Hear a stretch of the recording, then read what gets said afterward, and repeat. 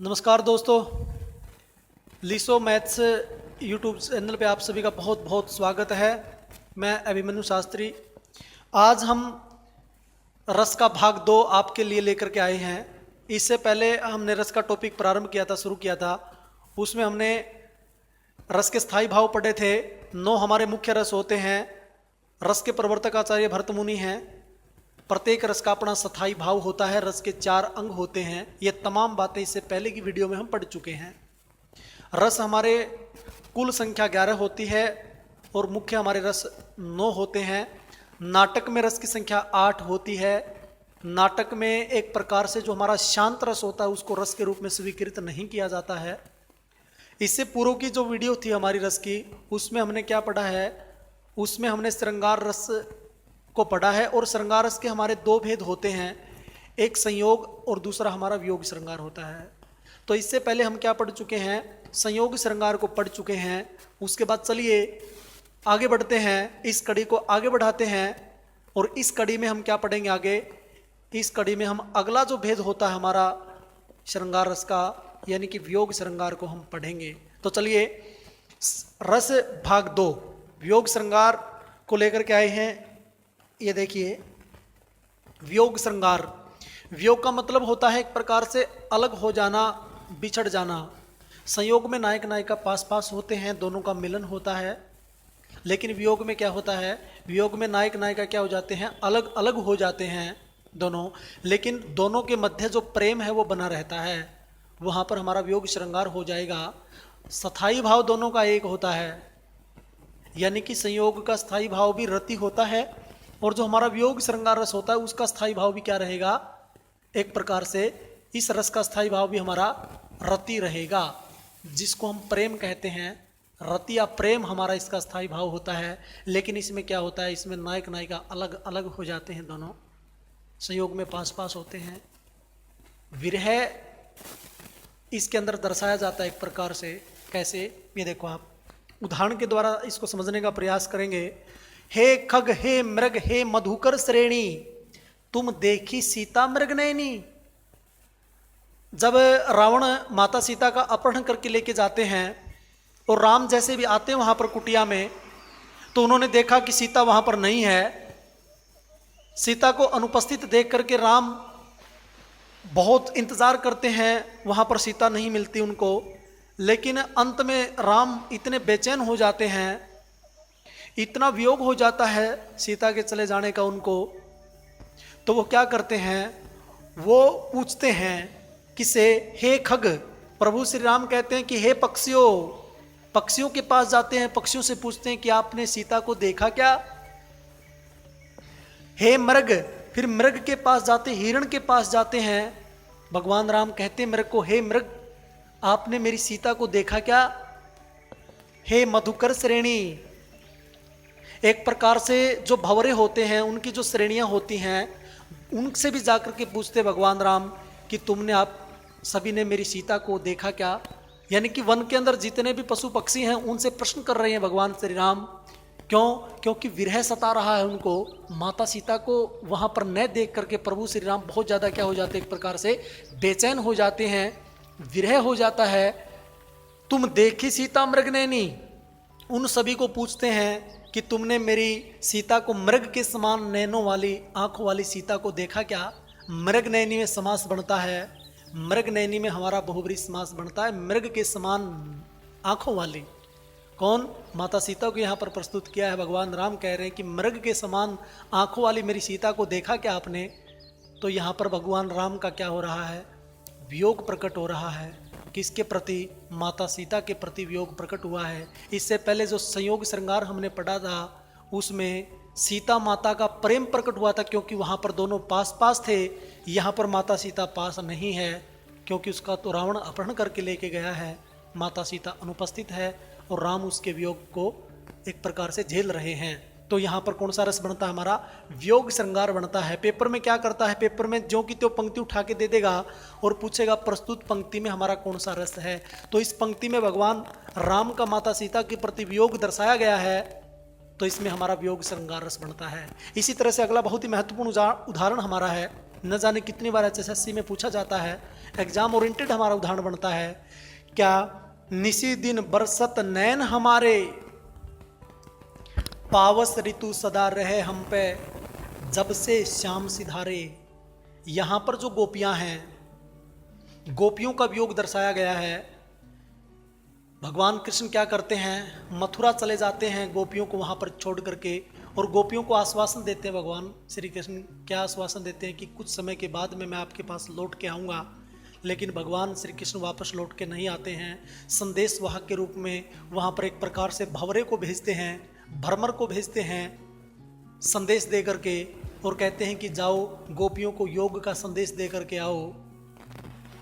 तो भंवरा क्या करता है, अपना कार्य करता है, संदेश लेके आता है, गोपियों को संदेश देता है कि ऐसे ऐसे भगवान श्री कृष्ण ने आपके लिए योग का संदेश भेजा है, आप योग में लीन हो जाओ। भगवान श्री कृष्ण भी योग मुद्रा में लीन है, और भगवान कृष्ण जैसा योगी आज तक इस धरती पे नहीं हुआ है। तो क्या होता है, गोपियां वहां पर, उनको उम्मीद थी कि जल्दी लौट के आएंगे, लेकिन भ्रमर जैसे ही संदेश सुनाता है तो गोपियां विरह में वहां पर एक प्रकार से जल रही हैं। और क्या कहती हैं गोपियां, गोपियों की विरह भावना यहाँ पर प्रकट हुई है। गोपियां कहती हैं भ्रमर को, क्या कहती हैं कि निशी दिन बरसत नैन हमारे। निशी का मतलब होता है रात, रात का पर्यायवाची होता है निशी। गोपियां कहती है कि निशी दिन यानी कि दिन रात, बरसत नैन हमारे, नैन मैंने होता है आंखों से, कि दिन रात श्री कृष्ण के विरह में हमारी आंखों से आंसू बरस रहे हैं। उनके विरह में लगातार हमारी आंखों से अश्रुधारा निकल रही है। ऐसा लगता है जैसे पावस ऋतु सदा रहे हम पे। जैसे पावस का मतलब होता है वर्षा ऋतु, जैसे हमारे ऊपर तो वर्षा ऋतु का आगमन हो गया है। माने जैसे वर्षा ऋतु में क्या होता है, पानी की बूंदें टपकती हैं, तो गोपियों की आंखों से भी क्या टपक रहे हैं, लगातार अश्रुधारा बह रही है। किसके वियोग में, भगवान कृष्ण के वियोग में उनकी आंखों से अश्रुधारा निकल रही है तो वो प्रेम की अश्रुधारा, प्रेम में निकलने लग रहे हैं, आंसू तो प्रेम में निकलते हैं, लेकिन वो प्रेम कैसा है, वो विरह का प्रेम है। क्यों? क्योंकि भगवान कृष्ण पास में नहीं है। जब नायक पास में नहीं होता वहां पर वियोग श्रृंगार बढ़ता है। जब से श्याम सिधारे, श्याम किसका पर्यायवाची है, भगवान कृष्ण का, क्योंकि सांवले रंग के थे इसलिए श्याम कहा जाता है, गोपाल भी कहा जाता है, केशव भी कहा जाता है, माधव भी कहा जाता है, तमाम पर्यायवाची चलते, चक्रधर भी कहा जाता है। ये तमाम पर्यायवाची चलते भगवान कृष्ण के, कि जब से श्याम चले गए हैं हमें छोड़ करके यहाँ से, तब से हमारी आंखों से लगातार अश्रुधारा बह रही है। यानी कि यहाँ पर इस उदाहरण में क्या हुआ है, गोपियों की विरह अवस्था यहाँ पर प्रकट हुई है, गोपियों का वियोग प्रकट हुआ है श्री कृष्ण के प्रति, इसलिए हमारा यहाँ पर वियोग श्रृंगार रस बढ़ता है। अगला उदाहरण देखिए, बहुत ही महत्वपूर्ण है ये उदाहरण भी, तीनों उदाहरण बहुत ही महत्वपूर्ण है। मेरो तो गिरधर गोपाल दूसरो न कोई, जाके सिर मोर मुकुट मेरो पति सोई। यहाँ पर मीराबाई 16वीं शताब्दी की धरती की, दुनिया की सबसे बड़ी भक्तिनी जिसको माना जाता है, उस मीराबाई का यहाँ पर वियोग प्रकट हुआ है। श्रेष्ठ भक्तिनी रही है, भगवान श्री कृष्ण को अपना सब कुछ मानती थी, अपना आराध्य मानती थी, अपना सब कुछ मानती थी, पति के रूप में भी स्वीकार किया मीराबाई ने। और कहती है मीराबाई, क्या कहती है कि मेरो तो गिरधर गोपाल, गिरधर भी भगवान कृष्ण का पर्यायवाची है। गिर मैंने पर्वत को, धर मैंने धारण करने वाले, गिरधर को धारण करने वाले कौन है, भगवान श्री कृष्ण। गोपाल, गौओं को पालने वाले भगवान कृष्ण। मीराबाई कहती कि मेरा तो इस धरती पर भगवान श्री कृष्ण ही है, दूसरों ने कोई, दूसरा कोई नहीं है मेरा यहाँ पर। यानी कि पति के रूप में भगवान कृष्ण को देखती है, अपने आराध्य के रूप में भगवान श्री कृष्ण को देखती है कि दूसरा मेरा कोई भी नहीं है। जाके सिर मोर मुकुट मेरो पति सोई, जाके मैंने जिसके सिर, मैंने सिर पे मोर के चंदों से बना हुआ मुकुट सुशोभित हो रहा है, मेरो पति सोई, वही मेरा पति है। सीता जो मीराबाई है वो क्या कहती है कि जिसके सिर के ऊपर मोर के चंदों से बना हुआ मुकुट सुशोभित हो रहा है, वही मेरा क्या है, पति परमेश्वर है। हालांकि भगवान कृष्ण पास में नहीं है मीरा के, वैसे तो उसके दिल में है, लेकिन भगवान कृष्ण उत्तर प्रदेश में है, मीराबाई राजस्थान में बैठी हुई है, अपना नायक मानती है भगवान श्री कृष्ण को। नायक और नायिका क्या है, दूर दूर है। माँ मीरा का यहाँ पर क्या प्रकट हुआ है, वियोग प्रकट हुआ है। श्री कृष्ण के प्रति यहाँ पर वियोग प्रकट होने के कारण हमारा रस कौन सा बनता है? वियोग श्रृंगार रस बनता है। तीनों उदाहरण बहुत ही महत्वपूर्ण है वियोग श्रृंगार के। सथाई भाव दोनों का एक होता है, क्या? रति होता है। इसमें अलग हो जाते हैं और संयोग श्रृंगार में नायक नायिका मिल जाते हैं, पास पास होते हैं। उसके बाद आगे बढ़ेंगे। आगे हम बात करते हैं वात्सल्य रस की। वात्सल्य रस का जो स्थायी भाव होता है वो वत्सलता होती है। वत्सलता किसकी? एक माँ की वत्सलता होती है, किसके ऊपर? अपने छोटे शिशु के ऊपर, अपने छोटे बच्चे के ऊपर। जब माँ क्या करती है? वत्सलता दिखाती है, अपना प्रेम उंडेलती है, वहां पर हमारा वात्सल्य रस बनता है। ये बड़ा गजब का होता है वात्सल्य रस। देखिए उदाहरण के द्वारा इसको समझने का प्रयास करते हैं। जसोदा हरि पालने झुलावे, माता यशोदा क्या कर रही है? हरि मैंने भगवान श्री कृष्ण जब छोटे से हैं, बच्चा रूप में हैं, उनको पालने में झुला रही है और उनको एक प्रकार से लोरी देने का काम कर रही है। अपने शिशु पर क्या कर रही है? वत्सलता उंडेल रही है। वत्सलता का भाव यहाँ पर प्रकट हुआ, इसलिए यहाँ पर क्या है? वात्सल्य रस बनता है। माँ जब अपने बच्चे के प्रति वत्सलता दिखाती है, वहां पर वात्सल्य रस बनता है। मैया मैं तो चंद्र खिलौना ले हूँ, छोटा भगवान श्री कृष्ण बच्चा रूप में है, अपनी माँ यशोदा से कहता है कि मैया मैं तो चांद रूपी खिलौना लूंगा। यहाँ पर भी माँ और बेटे की क्या है? वत्सलता उजागर हुई है, दोनों की प्रेम प्रकट हुआ है दोनों का। माँ वत्सलता उंडेल रही है अपने बच्चे के प्रति। और इसके अंदर तो क्या बनता है? एक प्रकार से हमारा इसके अंदर तो अलंकार भी बनता है, हमारा रूपक अलंकार बनता है इसके अंदर, इस उदाहरण के अंदर। और रस की यदि बात करें तो हमारा वात्सल्य रस बनता है। अगला उदाहरण बड़ा महत्वपूर्ण है। आंगन में ठुनक रहा है, आंगन में ठुनक रहा है, जिद आया है। बच्चा तो चांद पे ललचाया है, दर्पण देकर कह रही है माँ, देख बेटा आईने में चांद उतर आया है। फिराक गोरखपुरी ने बड़ा गजब लिखा है। फिराक गोरखपुरी की रुबाइयाँ बहुत ही फेमस हैं, बहुत ही प्रसिद्ध रुबाइयाँ उन्होंने लिखी हैं। ये उन्हीं में से एक है। यहाँ पर बच्चे के प्रति माँ का प्रेम प्रकट हुआ है। क्या? आंगन में ठुनक रहा है। बच्चा आंगन में ठुनक रहा है का मतलब झूठ माट का रो रहा है, दिखावटी तौर पे रो रहा है, जिद आया है। और जिद कर ली है बच्चे ने, किसके ऊपर? चांद पे ललचाया है। चांद को देख करके अपनी माँ से कहा है बच्चा कि माते मैं तो इस चांद को लूंगा। लेकिन माँ बड़ी शालीन स्वभाव की है, क्या करती है? अपने दिमाग का प्रयोग करती है, क्योंकि बच्चे के प्रति उसकी क्या है? वत्सलता है। दर्पण उसे देकर कह रही है माँ, दर्पण मैंने शीशा निकाल लाई अंदर से और उसके हाथ में थमा देती है और चांद की तरफ कर देती है उसको, और चांद का जो प्रतिबिंब है वो शीशे में आ रहा है। दर्पण उसे देकर कह रही है माँ, देख बेटा आईने में चांद उतरा है। नु बोली बेटा देख चांद तो हमारे पास ही आ गया,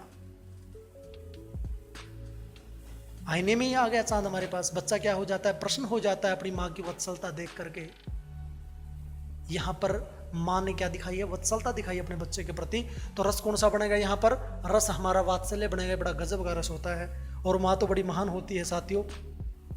आगे बढ़ते हैं। हास्य रस की बात करते हैं। इसमें तो हंसी आएगी हमें, सीधी सी बात है भाई, ठीक है।